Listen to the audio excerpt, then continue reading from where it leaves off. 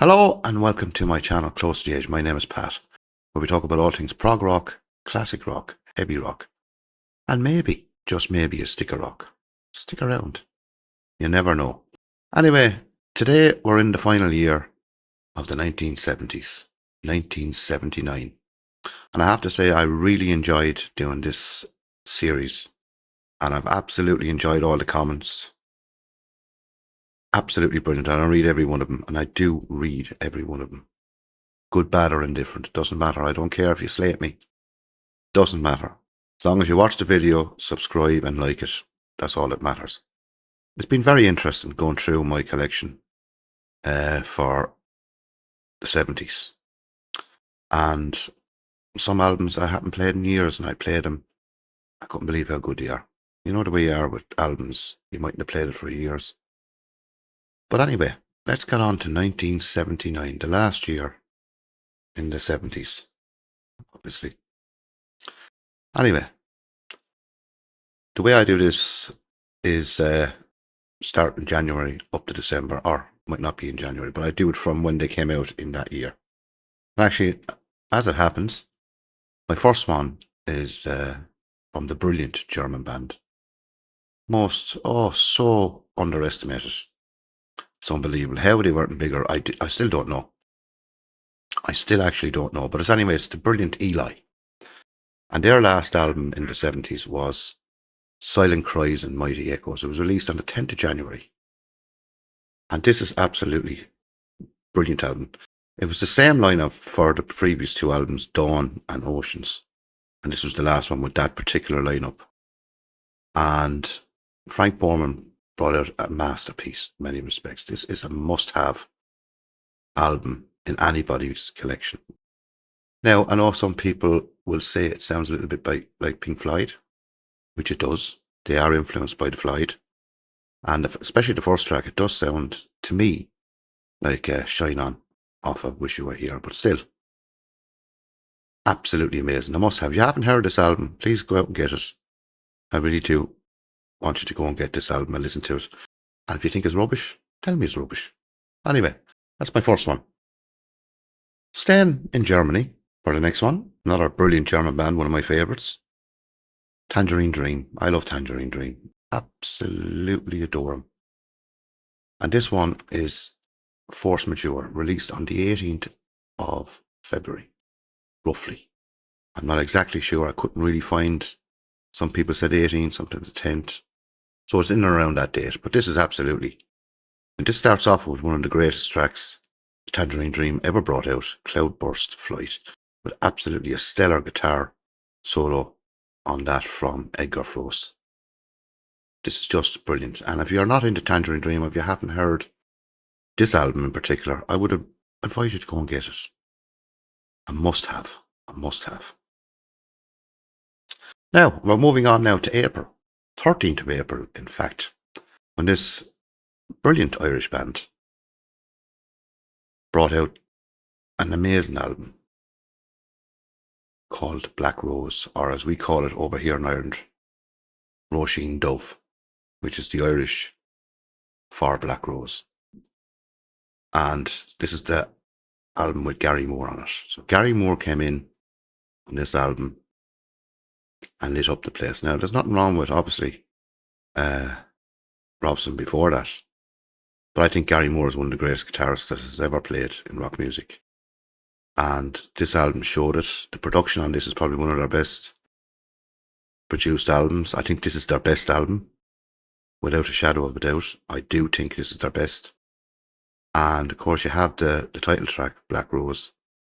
And it's very proggy in places, actually. You know, it's that Irish traditional in there as well. And, you know, and of course, you have that lovely ballad on it, Sarah.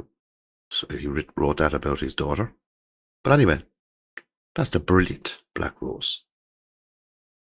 Now we're moving on to May, 4th of May, in fact. And this group brought out their very first album. This was an English-Australian band and instrumental band. Progressive. Yeah, definitely progressive. Band is called Sky. This is absolutely amazing. one of the best debut albums you'll ever hear.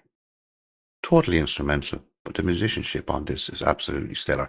Like, you have John Williams, Herbie Flowers, Kevin Peake, Tristan Fry, and Francis Muckman on this. These are all stellar musicians. And if you haven't heard this band, go and check this album out. And their second one, Sky 2, which is absolutely brilliant. After that, they kind of fell away a little bit. But the first two albums they have are brilliant. But this one in particular is absolutely amazing. The second side has a full track. The whole side, broken up into different parts. But John Williams on acoustic, plays the Spanish guitar. Like, I don't think there's anyone better than him.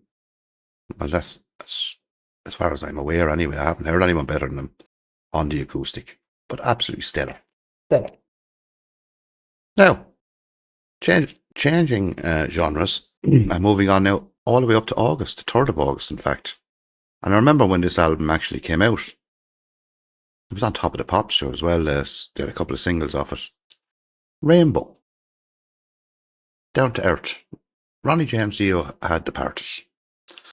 And he got in Graham Bonnet. And different type of singer. He's more of a pop singer than anything else. But I think he did a stellar job on this. Absolutely brilliant. And you have All Night Long on this, Since You've Been Gone, which is a Russ Ballard cover.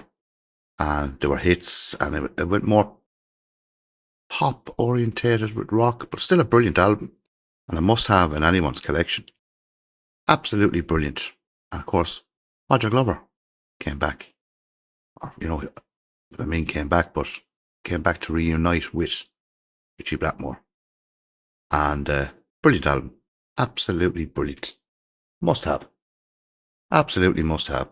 Now, the following month, on the 14th of September,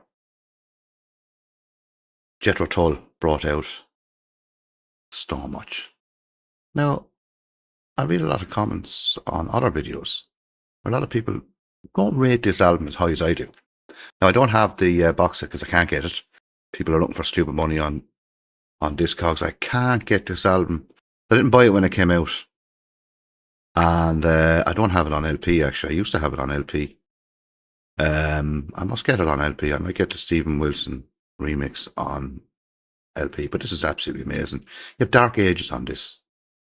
It's absolutely an amazing track, about 8 minutes long. Proggy, brilliant. Unfortunately, John Glasscock wasn't well the bass player. I think he only played on 3 tracks on the album.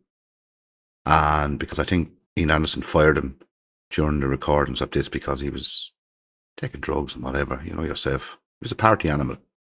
And unfortunately, I think he was only about 27, 28. He died in November of that year. And Barrymore Barlow then left the band because he was great friends with John Glasscock. And John Glasscock was one of the greatest bass players ever to play in rock music. Well, Richie Blackmore said he was the best. Who might argue with the great guitar player. But anyway, this is a stellar album. Absolutely stunning. Must have in anyone's collection. Now, 2 days later, on the 16th of September, again, Rory Gallagher, the great Rory Gallagher, brought out Top Priority. And this is just an amazing album again. And more of a hard rocker than the previous albums. But starts off with Follow Me. Like, that blows it out of the water from the start. Blows my boat. From the genius and the humble Rory Gallagher. He was a humble man. Like, he didn't like the limelight or anything like that. He just wanted to go out and play live. And he was absolutely stellar. And I never saw him. I know a lot of people in the comments there, when I read the comments, saw him. And I actually never got to see him, which is one of my regrets that I never got to see the great Rory Gallagher. But that's Top Priority. Absolutely amazing. Amazing. Now we're down to the last 3. Now, the next one is kind of convoluted in many respects because it's from the genius. And everyone knows when I talk about the genius, it's the Frank Zappa. And he brought out 3 studio albums in 1979. He brought out Sleep Dirt, which is a single album. Then he brought out Shake Your Booty, which is a double studio album. And the next one was a triple studio album. Now, he brought the first one out in September 17th, which is Act 1, which is absolutely stellar. But when you combine it then with, which was brought out in November the 19th, Acts 2 and 3, it's a concept album. Brilliant concept, triple studio album, as I call it. It's on the, you have the CD of it, and it's all on the one double CD. But this is absolutely incredible. You know what I mean? Like, On the Bus, you know, Joe's Garage. Like, you know what I mean? It's just absolutely amazing album. Amazing album. You have the central scrutinizer on this. A lot of people think the humour is a little bit, what's the word? Childish in many respects. But I think the humour is absolutely fantastic on this. Like, absolutely. And I love the central scrutinizer where he comes in. And it's absolutely an amazing album. If you haven't heard Joe's Garage, please go out and get it. Please do. Amazing. Amazing from the genius. Now, on the, into November now, would have been after the 2 and 3 of Joe's Garage, Mike Oldfield changed tact in many respects after the album Incantations, which I found tough to listen to now, because I still find it tough to listen to. Incantation. We brought out Platinum, which is more rocky, pop orientated, but brilliantly produced, and a brilliant album. Absolutely brilliant. A must-have in anyone's collection. Like, he was changing tact, and he moved on then, of course, into the 80s with, you know, QE2, 5 Miles Out, Crises and Discovery. All similar veins to this album, similar type of music, but this is an absolute must-have. Must-have album. It's Mike Oldfield's Platinum. And the final album that I have here in my 10 is Pink Floyd's The Wall, released on the 30th of November. What an album. I used to have this on LP. I would have bought it when it came out in 1979. Because I know you had Another Brick in the Wall, which was #1 in the UK and here in Ireland on Christmas 1979. It was all over the television and that. But the album itself is a must-have album, a brilliant concept album.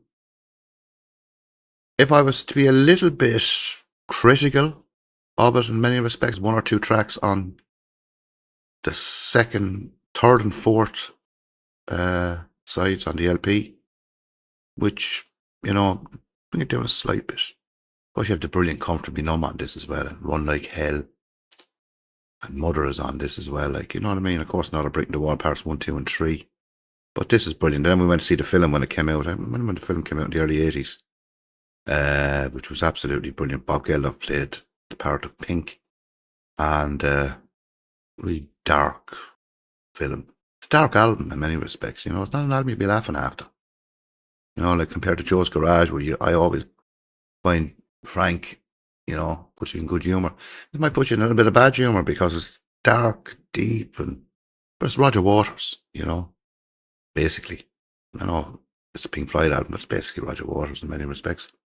It's most of his work on this. Anyway, that's Pink Floyd The Wall, which a lot of people would know. Actually, everyone who watches this channel will know this album. And that is a fact. Anyway, that's it now for the 1970s, 1979. Imagine. I really enjoy doing this series. But I'm not finished just yet on the 70s. I'm not. Because I'm going to do 2 more videos on it. And the next video I'm going to do is I'm going to pick 10 albums from the whole of the 1970s that I actually forgot. I actually did forget to mention when I was going through my collection that I just completely forgot about, or I might have skipped them. I'm going to pick 10 for that. And the video after that, hopefully all being well, of course, that we're all here, I'm going to pick my favourite, not my favourite, sorry, beg your pardon, the best album from each year from 1970 to 1979 out of the list that I had compiled and in my collection, what I think is the best, not my favourite. Now, could be a crossover there. I might think it's the best and it's my favourite, but I'm going to think, in my opinion, that I think is the best. Obviously, you're going to have your opinion, what you think is the best, And it's so subjective, and I might do this video in a year's time and I might pick totally different albums. That can happen. Like, I've done videos in the past on this channel. I look back on some of them and I said, I don't know why I picked that as a number one. Now, looking back on it, but at that time it was. You know yourself. Music changes, we change, all that kind of stuff. Anyway, I have to say thank you very much for watching all the videos, and you're all fantastic. And if you are new to this channel, please do like and subscribe. Hit that subscribe button. It really does help. When I see that going up, it makes me want to do more videos. I love doing these videos. Great fun. And I don't mind criticism of any kind. I really don't. Doesn't bother me. If you think these are rubbish, tell me they're rubbish and tell me why they're rubbish. And of course, if you do like him, tell me why you like him and all that kind of stuff. And the only thing I like to be on this channel is I like to be honest, in my opinion. That's all I try to do, is be honest. If I don't like something, I'll tell you I don't like it. Simple as that. And if I do love it, I'll say I love it. And there's a lot of albums I love that people don't like. You know what I mean? Simple as that. But anyway, hope you enjoyed the video and me waffling on a bit there now. And anyway, stay safe. Very important. Always important to stay safe. And also very important, it's nice to be nice. Very nice to be nice. But anyway, from me, Pat, here on Close to the Edge, until my next video, have a nice day. Whatever you're doing, do it right. Bye-bye.